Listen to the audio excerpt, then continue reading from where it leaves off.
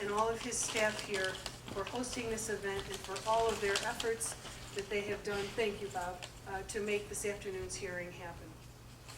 This afternoon, we will hear from local job creators in business and in agriculture that conduct business right here in upstate New York.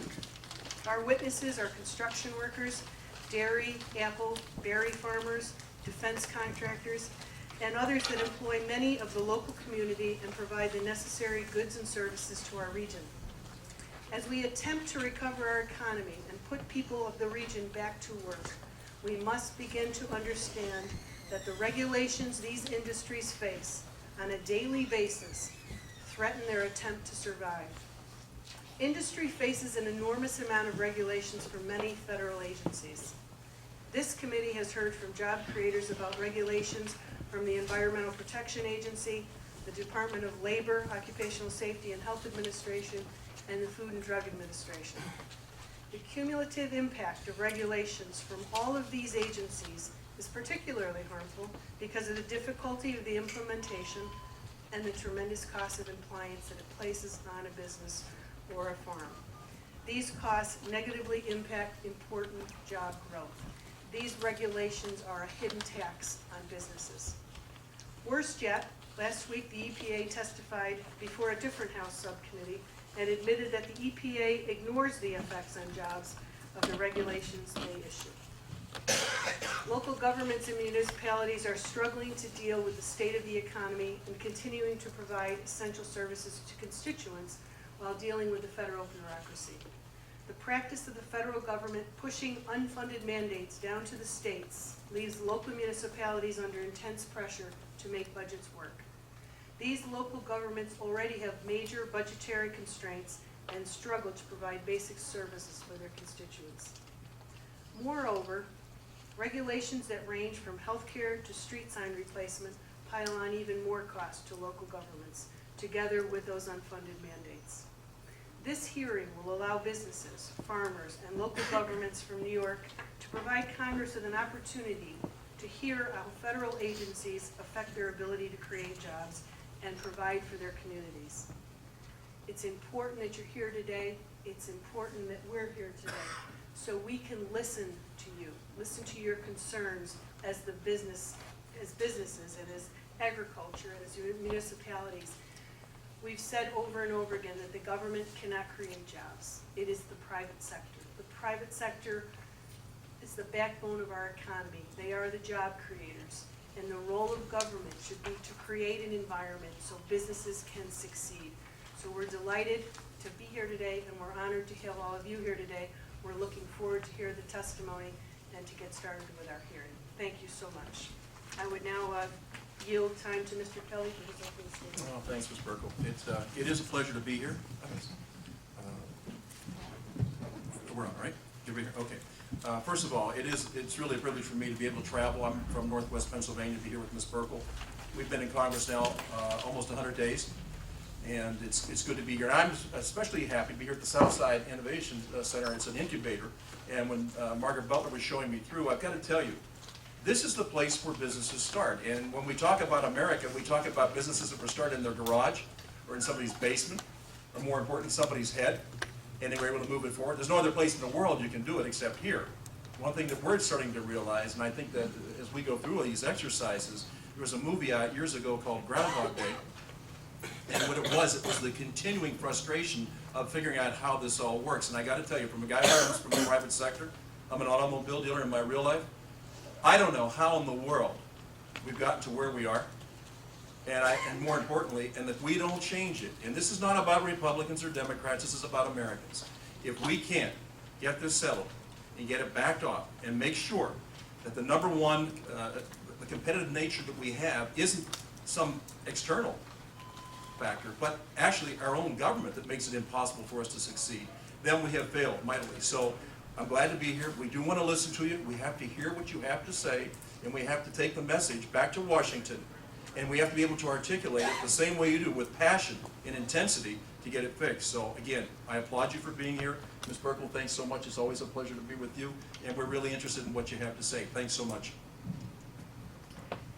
At this time, for the record, we'll just, other members have 7 days to submit testimony for the record and any other extraneous material that they would like to submit. We will now welcome our first panel of witnesses this morning. First, we have Mr. Judd Godston, who is the Chairman and CEO of Census. Good afternoon and welcome. Mr. Robert Simpson is the President of Center State Corporation for Economic Opportunity. Thank you very much for being here, both of you. It is the pursuant to committee rules, all witnesses must be sworn in. So if I could ask you to stand and raise your right hand. Do you solemnly swear or affirm that the testimony you are about to give is the truth, the whole truth, and nothing but the truth? I do. Let the record reflect that all witnesses have answered in the affirmative. Thank you. When we have our big hearings in Washington, D.C., we generally ask our panelists to limit their testimony to 5 minutes. And however, we have a little bit more leeway here today. So at this time, I'd ask Mr. Gostin to begin with his opening statement. Thank you. Vice Chairwoman Burkle, Representative Kelly, thank you for the opportunity to speak today. I'm Judd Gostin, CEO of the Census Corporation, aerospace and defense firm located in East Syracuse, New York. We started with 5 employees in 1985, now employ 600 people, including about 450 engineers and computer scientists. Although we sell globally, about 3/4 of our revenues are from contracts with the U.S. government, notably the FAA and Department of Defense. Air Traffic Systems, the larger of our 2 divisions, has a laudable track record of deploying innovative systems and design concepts to the FAA and NASA. We are a leading supplier of surveillance and automation products that improve the safety, efficiency, and capacity of air travel. 2 of our large FAA programs, ASDX and runway status lights, have been cited by the NTSB for their effectiveness in improving runway safety. Our Aerobond product provides the FAA, airlines, and airport authorities with a collaborative decision-making tool which, by conservative estimate, saves each airline user $5 million per year per airport in just reduced taxi time and carbon footprint. Defense and Security Systems, our other division, is executing 2 state-of-the-art expeditionary ground-based radar development programs for the for the Air Force and Marine Corps, both with the potential to transition into significant production contracts. We are also leveraging federal contracts along with our own R&D funding to develop a family of very small sensors and information processing products to enhance the safety of our warfighters and the security of our borders. In that most jobs in our country are created by small and medium-sized companies, from a job creation perspective, the most onerous regulations are those that slow down the activities of such companies. Undersecretary of Defense Ash Carter included the following guidance to defense acquisition professionals in a recent memo. Increased dynamic small business role in defense marketplace competition. Small businesses have repeatedly demonstrated their contribution to leading the nation in innovation and driving the economy by their example of hiring 65% of all new jobs and holding more patents than all of the nation's universities and large corporations combined. The reality is that the government's de facto acquisition practices favor large and small companies to the disadvantage of medium-sized companies like Census. These are companies with annual revenues between $100 million and $1 billion. Large companies receive many new contracts as non-competed follow-ons to existing ones, while small companies receive significant contract loading by SBIR, Small Business Innovation Research grants, and a variety of other practices that are designated in statute to promote small business. Medium-sized companies typically do not have enough of a contract base to attract a sustaining level of follow-on awards and are too big to be eligible for SBIR awards. And yet, these companies are not only a primary source of job creation, they are also an exceedingly valuable, albeit underutilized, contributor to the effectiveness of government procurements. A number of medium-sized companies possess a combination of attributes rarely exhibited by large companies. Not only exceptional development, production, and life cycle support competence, but also a high degree of innovation, responsiveness, and agility. Medium-sized companies are less limited by preconceptions of what can't be done, and are not encumbered by excess overhead structure, bureaucracy, and dated infrastructure. They're also fully capable of leading major acquisitions.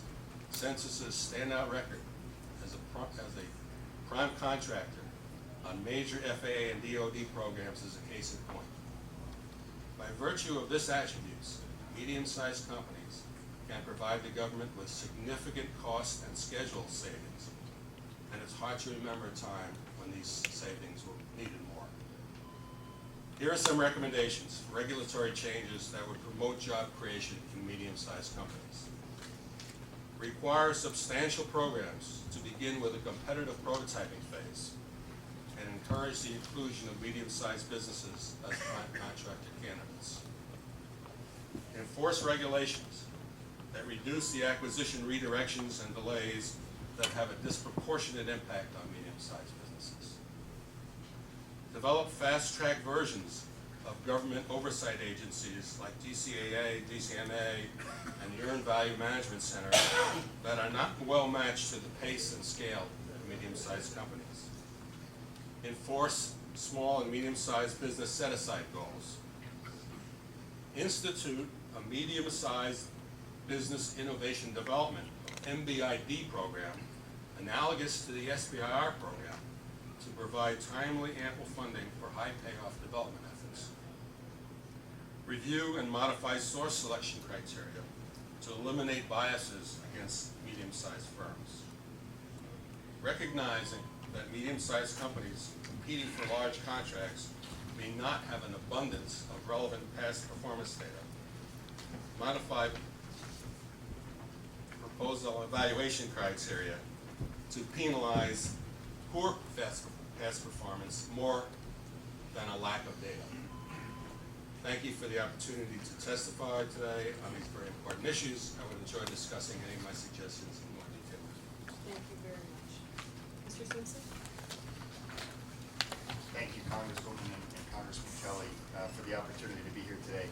I am Rob Simpson, President of Center State CEO. We are the region's leading business and economic development organization representing over 2,000 members, ranging from sole proprietors and consulting companies to service sector retail companies to our region's largest and finest employers like Mr. Goss sitting next to me. We, in our efforts to understand how best we can serve our members, regularly poll those members of the business community and try to gauge from them some common themes that stand out in their ability to do business with the federal government. There are three issues that seem to be coming to mind more and more frequently over the course of the last several months, and I'd like to speak briefly to each of them. The first is immigration. Second, being issues as they relate to international trade. And third and final relate to procurement, something that Jed was just talking about a moment ago. Let's start with immigration, and I'll share just a couple of examples. While many border states face different immigration issues, here in New York State, immigration issues for our business community have really been, some of the stringent immigration rules in the U.S. have been a hindrance to our ability to grow and compete as a region. We have the third largest concentration of higher education students in the country. We have over 140,000 students here in this region. A number of those students, many of those students, especially in schools like Syracuse University and Cornell, are international students who come here with F1 visas, who have the ability to stay and work in the United States for 1 year's time before we send them home to compete with U.S. companies working for international businesses in their home country. We'd love to find a way to hold on to more of those students. Frankly, many of those students who want to be here in the United States, they bring with them unique skills and expertise that can help New York companies and U.S. companies be competitive. And we really believe there's fertile ground here to loosen those regulations and allow the United States to be the destination of choice for the smartest and brightest and most talented people all over the world. That's something that the business community would benefit from a great deal. Secondly, we have many institutions, healthcare institutions here in our region that are critically important employers. We have, unfortunately, a situation in the U.S. where